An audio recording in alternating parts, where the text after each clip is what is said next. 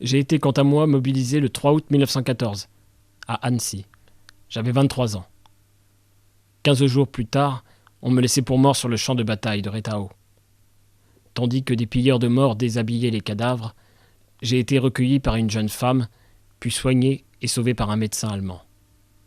À la suite de quoi, on m'a transféré au camp de prisonniers d'Altengrabo, situé près de Magdebourg, en Saxe-Anhalt. Altengrabo était un ensemble de baraquements qui avait servi d'écurie pour la cavalerie allemande.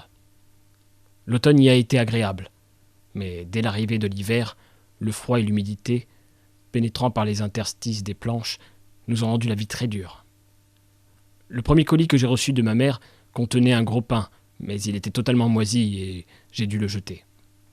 Aussi, je lui ai dit de ne m'envoyer que des biscuits de soldats. L'ambiance parmi les prisonniers était bonne. Je participais à la troupe de théâtre. Mes camarades appréciaient mes talents de dessinateur et j'illustrais le journal du camp pour lequel j'écrivais aussi des articles. Mais un jour, Raus! Les autorités ont décidé d'exercer des représailles, car, disaient-elles, les prisonniers allemands en France étaient maltraités. Un prisonnier français sur 10, que le tirage au sort désignerait, serait donc envoyé dans un camp de représailles, en Biélorussie. J'ai été épargné, mais l'un de ceux que le sort avait retenu a soudoyé l'officier et celui-ci m'a contraint à prendre sa place, dans le fourgon à bestiaux. C'est ainsi que je suis parti pour la Biélorussie. Là-bas, nous étions au milieu de grandes forêts et contraints à faire des bûcherons. Nous étions nourris de tisanes de frêne et de pain noir. Je m'affaiblissais de jour en jour.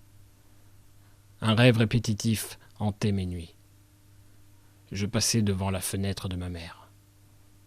Je l'apercevais travaillant aux côtés d'Angèle. Je voulais m'approcher et l'appeler, mais j'étais paralysé et aucun son ne franchissait mes lèvres.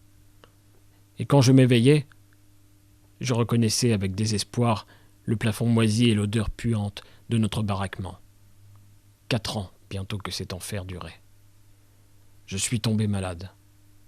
J'allais à la mort, mais heureusement, la Croix-Rouge m'a pris en charge et l'on m'a ramené à Altengrabo. Nous étions en mai 1918 et en juin, on m'a transféré en Suisse, près de Berne. C'est là que, dans les larmes et dans la joie, j'ai vécu l'armistice du 11 novembre. J'allais enfin rentrer chez moi.